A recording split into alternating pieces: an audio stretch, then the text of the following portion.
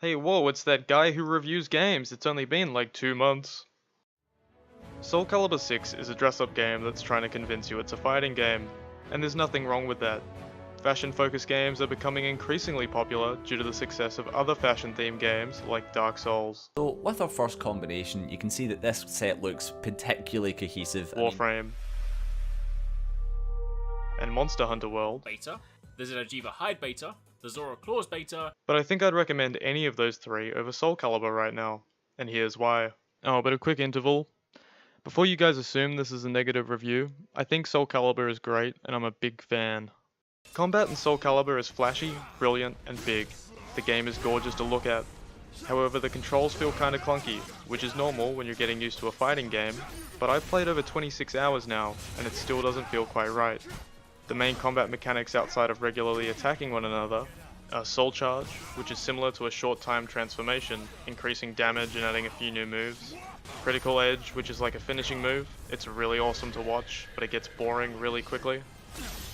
And then there's Reversal Edge, which is like a really long parry guard for a big damage counter into a rock paper scissors clash. It's pretty easy to abuse, which makes combat look more like a cutscene and less like an actual sword brawl. SoulCalibur 6 has 5 modes, or main features.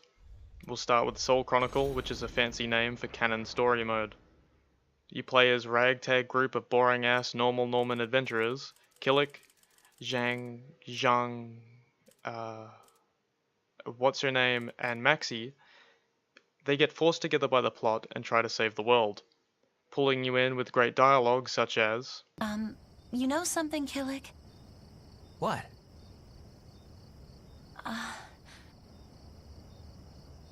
It's okay. Never mind. and Shang Lin?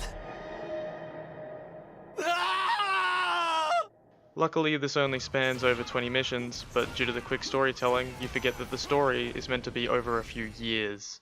There's also side stories available for the other canon characters, but they're more or less similar boring storytelling. But let me tell you, I was hyped as hell for custom character story mode.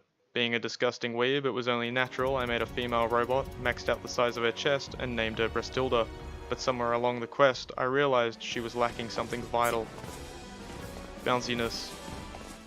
So Brestilda became a hot demon maid, and I enjoyed my playthrough. Pranked? I did not.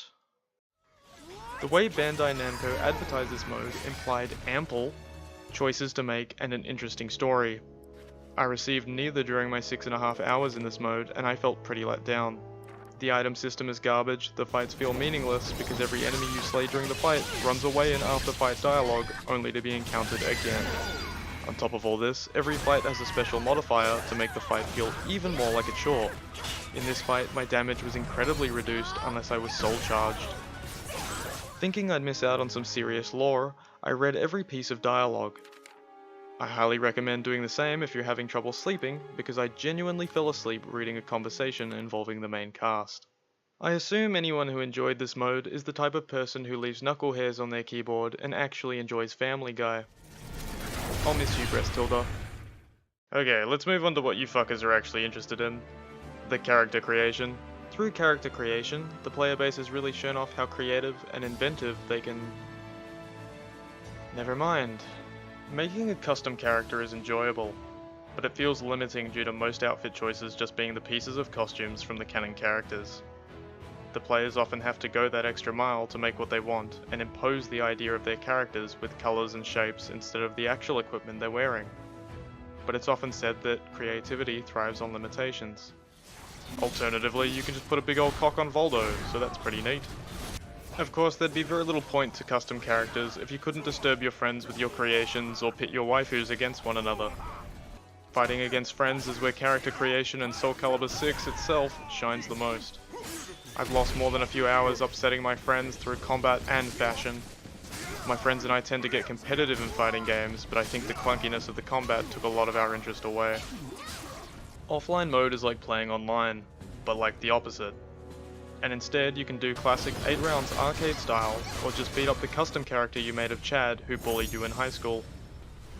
There isn't much else to say about offline mode, so here's Dave eating a watermelon. Hello baby boy, what have I got? You're supposed to eat it, not lick it. Gotta eat it. Look. Look. Oh, yum.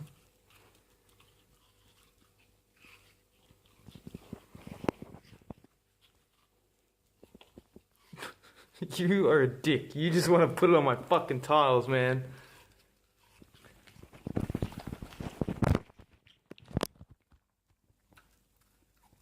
This is not how I thought it would go at all. Last but not least is online ranked mode. I didn't play a huge amount, but I was pleasantly surprised to find the connection was stable in all but one game. The game is peer-to-peer, so if your connection is slow, ranked is probably not for you. It was cool to see what people had created, and slaying them as my original character, Beautiful Boy. So should you buy SoulCalibur 6? No. I genuinely enjoy this game, but I'm only going to recommend you pick it up when it's half price. Of course, this is just my opinion, and I'd appreciate your feedback in the comments section. If you want to see more reviews like this, like and subscribe. I also frequently stream games on Twitch, and I'll do anything for $1.